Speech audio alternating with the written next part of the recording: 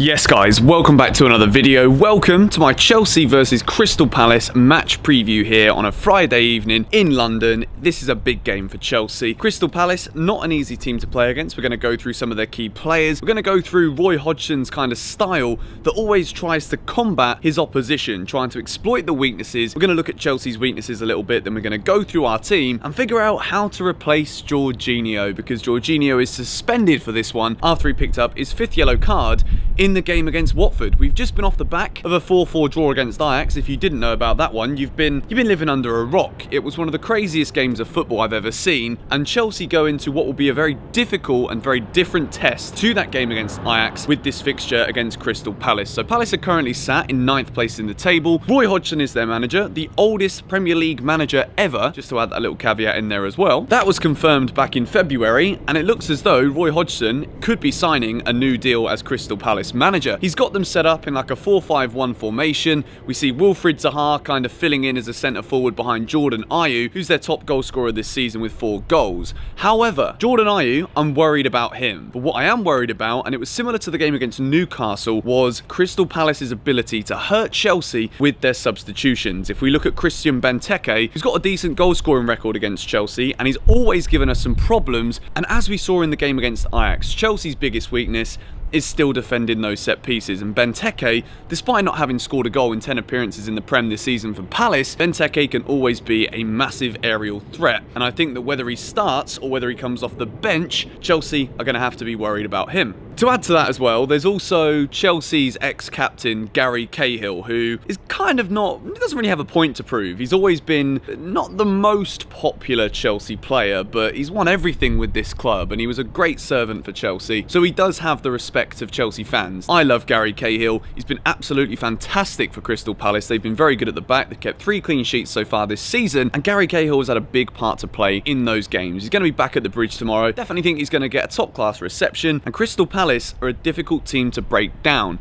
We've seen them this season go away from home to Arsenal. They were 2-0 down. They came back to draw that 2-2. The only time they've really been hammered this season was ironically away at Spurs, who haven't really been hammering teams that much recently apart from their Champions League result in midweek. In terms of the danger men for Crystal Palace, we've mentioned Benteke, who's likely to come off the bench. Jordan Ayew is their top goal scorer. He's a bit of a poacher. He's scored the late goal against Manchester United, and with 4 goals this season, he's had a very, very good start to his season as Roy Hodgson's main striker. As well as that, you got Milivojevic, who's very good from set pieces. Give him a penalty, he's always going to bury it. Chelsea got to be careful of that tomorrow. We'll go through my Chelsea team in a moment, and I'll show you a defence that I don't think will give too much away tomorrow. It's also a defence that we've not actually seen yet from Chelsea and Frank Lampard in the Premier League. You've also got the obvious one. He was a Chelsea transfer target, or supposedly is and was and could be still a transfer target for Chelsea. Arsenal were also very interested in Wilfried Zaha. He's played over 300 times for Crystal Palace, and he's been their best player for a very long time, and he might not necessarily be scoring the goals this season, but as an attacking creative outlet, Wilfried Zaha is always going to be someone to watch out for. And I've built my Chelsea team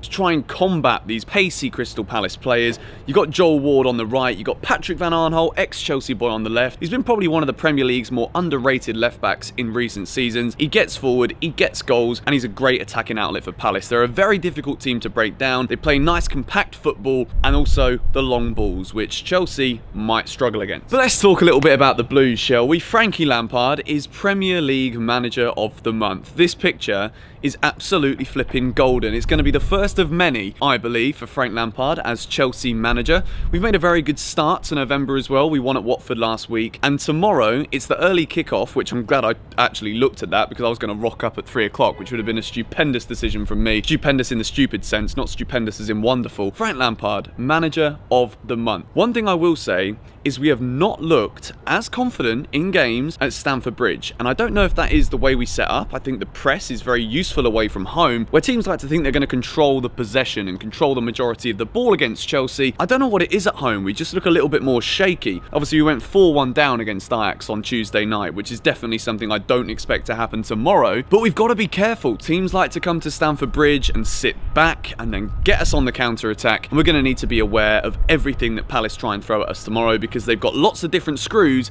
that they try and use to unlock different teams. And Roy Hodgson, as a manager, one of his key things he does is always go and try and exploit the weaknesses of the opposition by tactically changing his team up in order to fight against the weaknesses of the opponent. So let's take a look at my Chelsea lineup then, shall we? Obviously in goal, it is pretty self-explanatory. It's Kepa Arrizabalaga. He didn't have the best game against Ajax, but he was also very unlucky. And I've been giving Kepa a bit of stick, and I will just give you a reason as to why I'm giving Kepa a bit of stick. Sometimes it might not be a goalkeeper's fault that the ball goes into the back of the net, but what I want to see from Kepa is a bit more urgency when he's got the ball. I think sometimes his distribution is a bit too slow. I want to see that change, and I also want him to be pulling out the big saves more often than he does. He's conceded a lot of goals this season, and I don't think it would be right of me for a £72 million goalkeeper for me to turn around and say, you know what, I'm actually really happy with his performances, because I'm not fully convinced that Kepa is showing us the best of what he's got. I know he's a world-class goalkeeper on his day,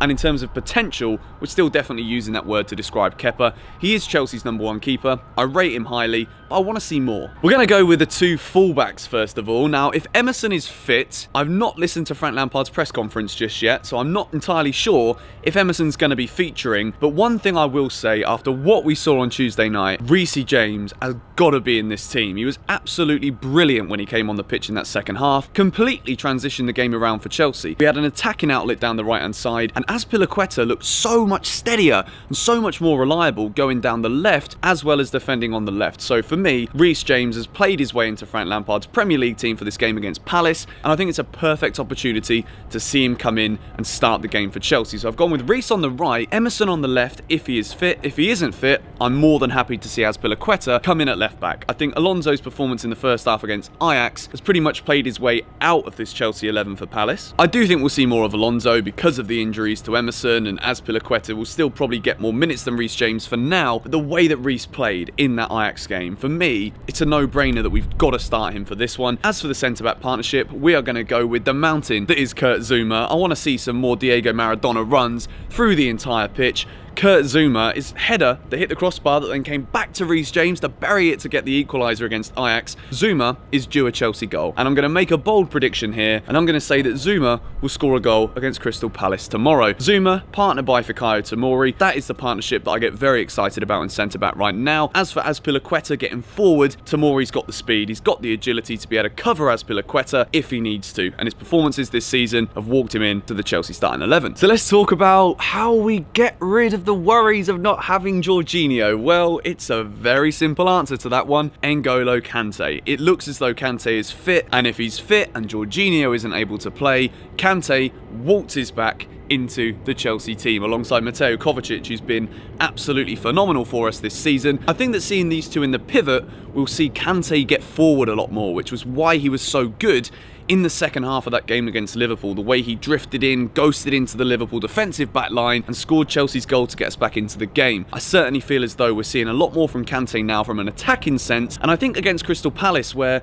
there is often a lot of gaps but they're very compact at the back, I think having Kante's legs and energy in that midfield could be the difference tomorrow for Chelsea in order to get us forward a lot more to get Palace at the back. As for Mateo Kovacic, this man is certainly due a goal. I don't know when and if it's going to come, but if there was one player that I could choose to score tomorrow for Chelsea, if I had the choice, not that I do, I'm just going to be a spectator the same as everyone else, Kovacic, please, just put one in the back of the net. We're seeing him get closer to the opposition penalty area now, which means that he's getting more confident to drive forward, and we're not only seeing these dribbles in the defensive phase of the game, we're also seeing him dribble and take the ball forward as well. And I think that against Crystal Palace, they do like to pack out that back line. They're very compact. They do keep clean sheets here and there as well, 3 in 11 so far this season. It's not going to be an easy game, this one. And if you watched my Premier League predictions video yesterday, if you haven't checked that out yet, I advise you go and give it a little watch. I did say that I predict Chelsea to win this one. I said 2-1. Palace are very difficult to beat, but with the quality in this Chelsea team right now, with Kante coming back in as well, I feel as though we're going to have so much quality on the pitch, and I do think we'll get the win. As for the attacking four, now obviously Tammy is the #1 striker. Tammy is up front. Mason Mount went off injured in the game against Ajax. He didn't have the best first half either, and I think this will be the game today where not only do we see Callum Hudson-Odoi and Christian Pulisic in the same starting lineup for Chelsea together, I think we're going to see Pulisic in what I consider to be his best position. I think that Pulisic is actually much more useful playing in a central role for Chelsea. So if he comes in, takes Mason Mount's number 10 position behind Tammy with Willian on the right, who's been in good form, Hudson-Odoi on the left, I think that is a recipe for a great afternoon for Chelsea. Pulisic is best when he's running at the defenders from a central position. I think that him linking up with Tammy, we've seen Pulisic get the assists for Chelsea this season. He's also turning up with the goals with 4 in his last 2 in the Premier League. I think we could see another big afternoon from Christian Pulisic tomorrow for Chelsea, playing in that central role. And I think it's good because we've got Ruben to come back in probably about a month or so's time. But at the moment, Mason Mount is playing most of the matches and we don't really see anybody who's coming in and giving him any direct competition right now with Ruben's injury in that attacking midfield position. And with Hudson-Odoi coming back, and he looked pretty sharp against Ajax, and Willian's good form, it gives Pulisic the perfect opportunity to not only stake his claim to play on the left, as he already has done and he's done so well with that, but to give himself the opportunity to be a backup for Mason Mount or an alternative to Mason in the number 10. Speaking about Mason, he's been getting a lot of stick from Chelsea fans and a few other people who quite often I think that people like to just try and pick holes in individual players, and it's very easy with a young player to see a couple of performances that weren't quite up to the standard of some of the earlier performances that we saw from Mason. People get on his back, and I just want to say I did a podcast with Alex Goldberg, the Byline podcast. If you haven't listened to it yet, I'll leave a link to it in the description. It was like an hour-and-a-half conversation. We were talking about different players for Chelsea. We were doing like a word association game, and as I was talking about individual Chelsea players within that podcast, I was kind of thinking to myself how good we've got it right now, but at the same time, where do we ever let our expectations go? Do we let them go wild and just think this team is going to win the Champions League, Premier League and everything in their first season? Or do we just try and pin it back a little bit and quite frankly understand and appreciate that we could go second in the Premier League if we beat Palace? Obviously City, they travel to Liverpool, that's not a no-brainer, they're going to get anything from that one. And Chelsea, with Leicester playing Arsenal too, hypothetically speaking, before this international break, we could go into second place in the Premier League. So for us to be picking on someone like Mason Mount, saying, oh, he's not good enough and all this stuff, it's players like Mason that are delivering goals for Chelsea so far this season to get us these points, to put us in what is an unbelievable position for Frank Lampard's first few months in the job. Nobody really expected Chelsea to be at this position at this stage in the season. Everything has clicked very, very quickly, and it's only going to get better moving forward. So my message to anyone giving Mason a bit more stick than he probably deserves at this point is you've got to expect with these young players that not every performance is going to deliver gold. Sometimes you might get a bit of silver, you might get a little bit of copper in there as well. It's just the way it is. But as for the future of Chelsea, the future of Mason Mount and who plays in that number 10, it's always great to have options. It's great to have pressure on each player in every single position, and I think Pulisic getting an option at number 10 for Frank this weekend against Palace could well give Frank not only another selection headache, but again, much more quality, much more options for him moving forward. This is flipping beautiful, this is. You can actually see the London Eye. You guys can't really see it from here, but you can see the London Eye behind a flipping crane. Always say one thing about cranes, it might not look great, but it's always a sign of a bustling city that's still growing. Love to see it. But anyway, that is my Chelsea lineup. I do feel as though we're going to have enough quality to see off Crystal Palace. They have gone into a little bit of dip of form. They made a very good start to the season. They're up into like 5th or 6th. They've been beaten at home recently by both Manchester City and Leicester, 2 of the top teams in the Premier League. And although they went to Arsenal and got a good result, I think Chelsea have got a lot more quality and a lot more attacking threats than Arsenal do right now, which is weird considering they signed Nicola Pepe supposedly to deliver the goods, and